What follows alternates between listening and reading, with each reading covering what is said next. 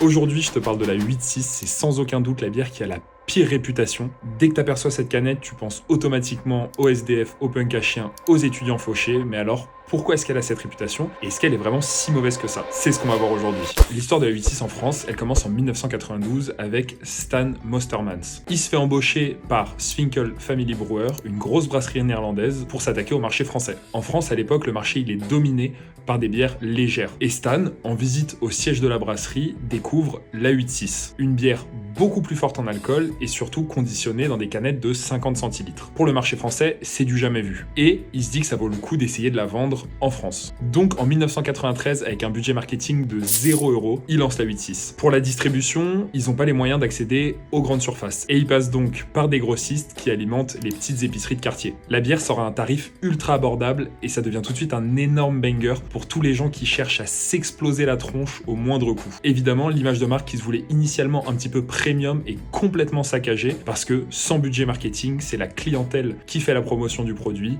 et malheureusement, il n'y a rien de premium chez les consommateurs de 8-6. Par contre, même si l'image et son positionnement est à rater complet, la 8-6 ça reste un énorme succès commercial. Pour vous faire une idée, en 2023, les ventes de 8-6 ça représente 170 millions d'euros et 650 000 hectolitres de bière, soit l'équivalent de 26 piscines olympiques. C'est juste complètement aberrant.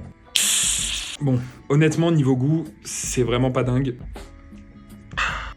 C'est hyper sucré et c'est pas du tout mon style de bière, mais par contre, faut avouer que pour 8,6 degrés, ça reste hyper buvable. Donc bref, c'est une bière super efficace si t'as envie de te murger. Donc, si t'as appris quelque chose aujourd'hui et que t'as envie d'en apprendre plus sur la bière, oublie pas de t'abonner. Je poste une vidéo chaque semaine et je te dis à la semaine prochaine. C'est ciao.